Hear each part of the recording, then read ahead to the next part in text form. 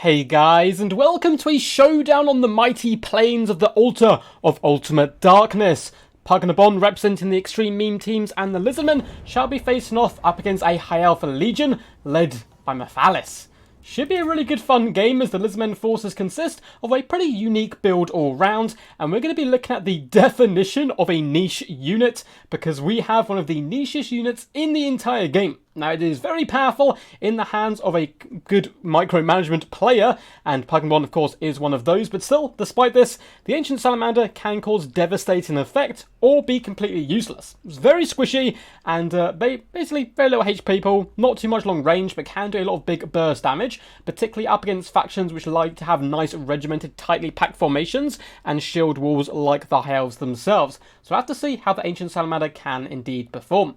We have a load of Chameleon Skinks leading the battle line, and in the main force we have Saurus Warriors. Saurus Warriors who had to grind their way through the enemy will struggle though to pick apart Silver Guard quickly and push into that back line, and that's where the Ancient Salamander can really come in and help support. On the back lines, we have Star Chamber Guardians, as well as a normal unit of Temple Guards, some of the best bodyguards in the entire game, going to be supporting a Slann Mage Priest of High Magic here. Tempest, Apotheosis, Hand of Glory, and Soul Quench are the poisons of choice, and my god, the colour scheme on this badass looks so cool! Looks like he comes from another plane entirely. We do have a Feral Carnosaur as well, who can work aggressively, pushing into the enemy back line, taking on dragons and other large entities, or once again, helping support those Temple Guard and protect the Slann Mage Priest from enemy cavalry flank charges. For the forces of the High Elves in the front line, we have a mixture of Spearmen and Silver Guard, mainly Silver Guard on the flanks alongside the Spearmen and some Spearmen in that central pocket. And their main job is going to be to protect a bucket ton of archers. We have 4 units here supported by a Mage Priest of Metal, coming in Plague or Rust, so that old classic High Elf tactic of lowering the armour of the big dinosaurs and then obliterating them with long range superiority. We have more Silver Guard protecting the back lines. On the left-hand side, we have a big fat flank overload. Double Silver Helms with shields supported a Star Dragon up in the skies, and Teclis with regrowth, enfeebling foe, and his nets. Should be a good fun game. So without further ado, as the first fireball is flung, let's get this battle underway. So the shot does come in and just singes the skirts of some of these archers before having to fall back and get an Apotheosis on him. Ancient Salamander takes a lot of damage there from just one simple burst, but it's going to be vomiting more fire into existence, this time aiming at those Silver Guards, doing some devastatingly good HP damage there with the one shot. Now, if he can focus down this front line and just start to burst them as much as possible, the Saurus Warriors should be able to cleave their way through the Elves relatively quickly and then pop themselves onto those archers in the back line and start devouring the gooey centre of this High Elf build. But if the Ancient Salamander is unable to find those targets, the Saurus Warriors are simply going to bump and grind up against the enemy shield wall, and the archers will slaughter them. The Ancient Salamander once again pouring fire in. Big boom onto those Silver Guard, down to just under half health, I think, at the moment, or just above half health. They're going to lose martial prowess very quickly here as the Saurus Warriors crumple into them and get to slaughter him. Up in the skies, the Star Dragon does do a beautiful breath attack down on the Star Chamber Guardians, getting some pretty solid damage value as the Silver Helms start to wheel their way around. But this is a big problem for the Star Dragon, and the mistake many players make. He's getting caught by Tempest, an overcast one at that, and Chameleon Skinks up against such large foes are so deadly because every little dart is going to be connecting. Looks like one unit is firing the wrong way, but the other two going into that dragon doing massive damage off of the rip. Carnosaur salivating at the lips, waiting for that Star Dragon to try and make a move upon its master. All the while, the Ancient Salamander is raining fire down on the archers now, doing some really good damage pushing those guys back as the Spearmen do start to falter in the front line. Silver Guard holding it better though. They've formed a much tighter shield wall, and going into a tight formation like this really can work wonders if you're trying to hold back the enemy. More fireballs of doom do come down and spray vomit and fire upon the Silver Guard, once again allowing these Saurus Warriors to do pretty solid in a 3-on-1 engagement as another shot does indeed come in.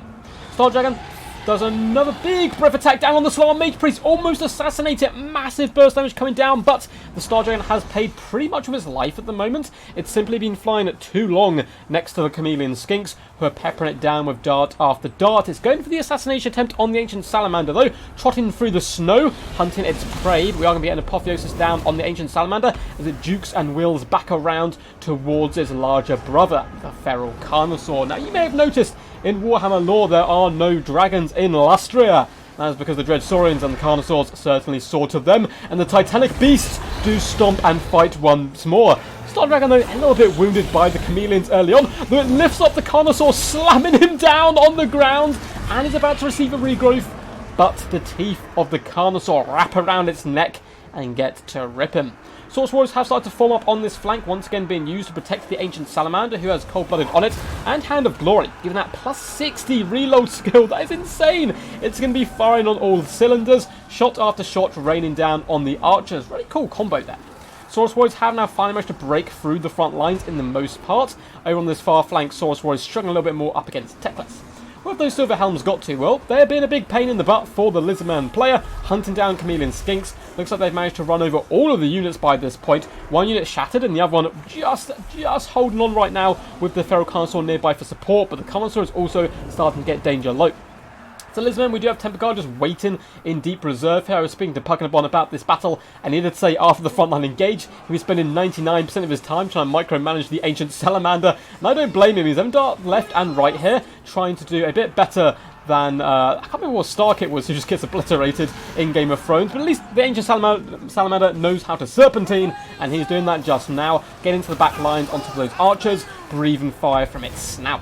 Surely the Old Ones goes down to help protect it, as the Source Warriors on this flank do eventually crumple. Teclis may be a feeble elf, but he's still a character. He can do some pretty decent damage in melee.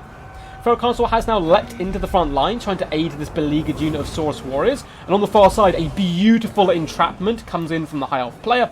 Spears just about holding on, 18 silver and guard, holding the line in the name of Ulthuan, allowing the Silver Helms to clatter into the back of those Source Warriors, surround them, and start the butcher's work.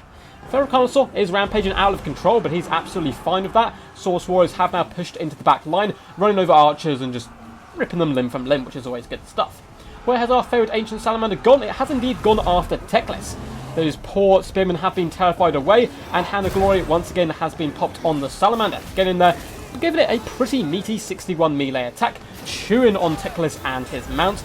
Just to put into context how big the Ancient Salamander actually is, when it does stand up, it's towering over the tall elf. Potion, Shiroi, and Regrowth going down to keep Teclis in the fight. Temper Guard just vibing in the back line still, protecting that Salan Mage Priest, as the Feral Carnosaur does get onto some pretty juicy targets of the Silver Helms, and he's just coated in blood now, whipping that tail back and forth. Oh my god, one swing kills like 5 or 6 horses! A horrible way to go for the Silver Helms. They are clearly outmatched by the superior apex predatory skills of the Feral Carnosaur. Ancient Salamander continues to go after Teclis here, bounding left and right, ripping apart the spearmen who are coming to try to protect their lord, which I like to see. Now, this battle was indeed, I can now kind of reveal, for a weekly challenge. So weekly challenges are back, and this challenge was to get the most damage value on an Ancient Salamander, and boy oh boy has this Salamander been putting in work now, and that's kind of why Pugnabon is mainly focusing his micro on the Salamander. At this point, a lot of his Saurus could be pushing into the back line, but he's really just focused, I want to hunt down Teclis and milk as much value as possible out of this Ancient Salamander. I think for these weekly challenges, when we do them, I'm not going to reveal at the very start anymore, so I'll leave it a bit of a surprise to the end game. But yeah, this is the reason why the Ancient Salamander is currently doing all the work at the later stages. Teclis is terrified, and with that, the High Elf force will break and shatter, fleeing the fields of battle. Really awesome skull in the background, I've just noticed, with the flaming eyes. Okay guys, hope you enjoyed that one. Let's pop out of here and have a little look at the builds. So, very well played to Pugnabon, as well as Mephalis here of the High Elf forces. Putting on a good show despite losing his Star Dragon early on. Some really nice Silver Helm playing kept him in the game and got him back in it. But despite the fact the front line of the Lizardmen and the Carnosaur were basically dead at the end, and the Chameleon Skinks, those two healthy units of Temple Guard would just be far too much for the remainder of the High Elf forces to deal with. But nonetheless, well played to both these two champs. And a massive shout out to Pugnabon for winning this weekly challenge. It was more like a monthly challenge. We took a bit of a break, but weekly challenges are back. Currently, there is one going on for Vlad the Dad, Vlad von Karstein, and the most damage value you can get from him. But how many kills, how much damage did the Ancient Salamander do? Well, I can confirm 218 kills, 22,780 damage dealt, 4.3k damage value, 4,304 to be exactly precise. And The Ancient Salamander, being such a niche unit, often gets overlooked and people don't give it any love, but in the right circumstances, you can see the impact it can bring to the table. Shooting those Silver and Guard, breaking that high front line, and also applying pressure to those archers when they started to overwhelm the Saurus and drag them down through sheer weight of number, really coming in clutch, and also going after Techless at the end. Of course, it's free value at the end of the day, and the Ancient Salamander certainly did a good job there. We'll go through the damage dealt, damage value of all the other units in just a second, but I hope you guys enjoyed this video. If you did, make sure to leave a big fat thumbs up and comment down below on what was your favourite moments. I do read through all the comments and I really do love them moving in so much recently, and it does warm my little dark heart.